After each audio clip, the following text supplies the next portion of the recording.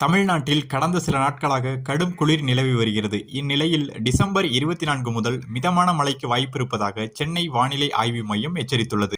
மத்திய இந்தியாவில் வீசி வரும் குளிர்காற்றின் தாக்கம் தென்னிந்தியா வரை எதிரொலித்திருக்கிறது. இந்நிலையில் டிசம்பர் 25ஆம் தேதி தமிழகத்தில் பனிமூட்டம் மற்றும் இடி மின்னலுடன் மழை பெய்யும் என்று சென்னை வானிலை ஆய்வு மையம் எச்சரித்துள்ளது.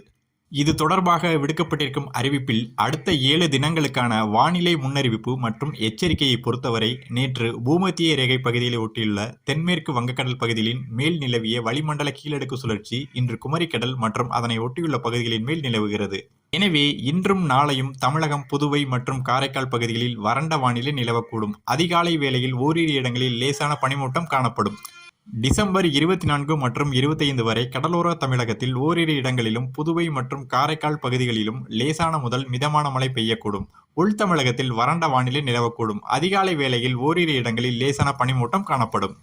டிசம்பர் 26ஆம் தேதி தென் தமிழக கடலோர மாவட்டங்கள், டெல்டா மாவட்டங்கள் மற்றும் காரைக்கால் பகுதிகளில் ஓரிரு இடங்களில் லேசான முதல் மிதமான மழை பெய்யக்கூடும். ஏனைய தமிழகம், புதுவையில் வறண்ட வானிலை நிலவக்கூடும். அதிகாலை வேளையில் ஓரிரு இடங்களில் லேசான பனிமூட்டம் காணப்படும்.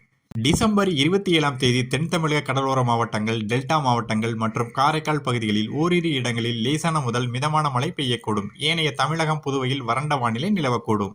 டிசம்பர் 28ஆம் தேதி தென் தமிழகம், டெல்டா மாவட்டங்கள் மற்றும் காரைக்கால் பகுதிகளில் ஓரிரு இடங்களில் லேசான முதல் மிதமான மழை பெய்யக்கூடும். ஏனைய தமிழகம், புதுவையில் வறண்ட வானிலை நிலவக்கூடும்.